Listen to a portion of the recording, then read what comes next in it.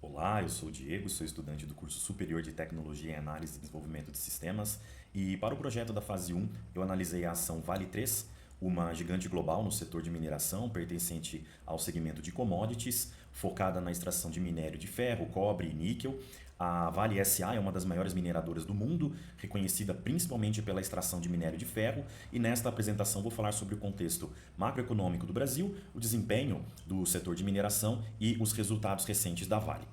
Com relação à análise macroeconômica, o PIB de 2025, de acordo com o Boletim Focus, divulgado em novembro deste ano, é de crescimento de cerca de 2,16% para 2025. A inflação acumulada, o IPCA acumulado nos 12 meses, está em torno de 5,17%, são dados do IBGE até setembro de 2025, e o câmbio em dólares tem previsão de cerca de 5,40, oscilando entre 5,30 e 5,40 reais por dólar. A Selic está mantida em 15% ao ano, o patamar é elevado devido ao combate à inflação. Esses números mostram então que o Brasil está com uma inflação moderada, juros altos em 2025, é um cenário que afeta o consumo e os investimentos. O câmbio em torno de 5,4 também indica custos de importação relativamente alto.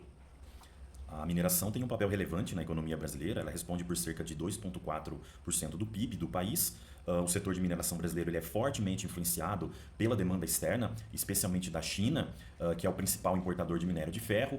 A trajetória das commodities impacta diretamente esse setor. Então, quando a China acelera sua indústria, o preço do minério e a demanda aumentam, beneficiando empresas como a Vale, por exemplo. Por outro lado, desacelerações globais podem pressionar o setor. De modo geral, a mineração é muito cíclica. Bons períodos de alta nos preços elevam essas receitas, mas em baixas, a margem sofre. O terceiro trimestre de 2025 foi marcado, então, por um desempenho financeiro e operacional muito sólido, conforme os indicadores.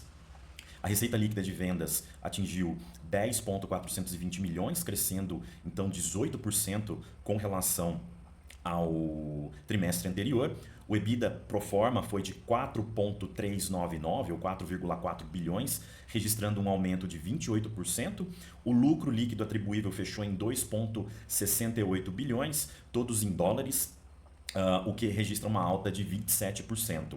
O minério de ferro tem um custo de caixa C1, que permanece então em 20,7 por tonelada, e o custo all-in do minério caiu 4% ao ano, para 52,9 toneladas.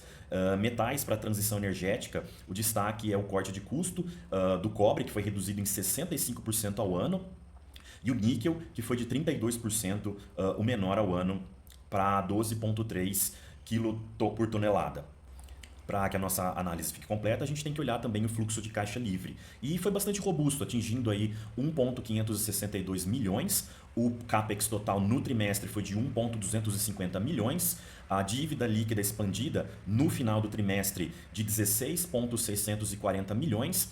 E o índice de alavancagem, que é um indicador bastante relevante, ou seja, a dívida líquida dividida pelo EBITDA ajustado, se encontra em aproximadamente 0,8 vezes, o que é um nível bastante confortável.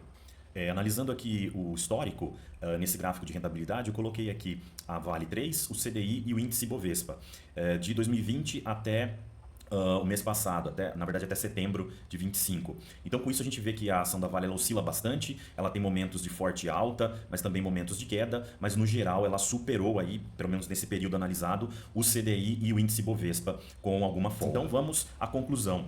O principal risco é o fator China. O país asiático ele responde por mais da metade da receita da Vale, tornando-a vulnerável ao ciclo de commodities e a crises no setor imobiliário chinês. Em termos de passivos, as provisões para Brumadinho e Samarco somam 4,361 milhões. Contudo, a Vale alcançou marcos importantes. Ela declarou 0 barragens no nível 3 de emergência e a recuperação judicial da Samarco foi concluída em agosto de 2025. A rentabilidade histórica, conforme o gráfico que eu acabei de apresentar, mostra que a Vale ainda supera opções como CDI e supera o nível Ibovespa.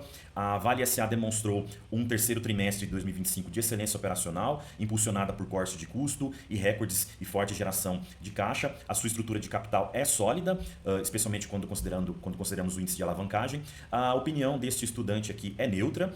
O potencial para dividend yields é saudável no curto prazo, isso é inegável. No entanto, a alta exposição ao risco China e a sensibilidade estrutural do preço do minério do ferro impõem certa cautela no médio prazo, apesar da melhora operacional e da superação histórica dos benchmarks do mercado.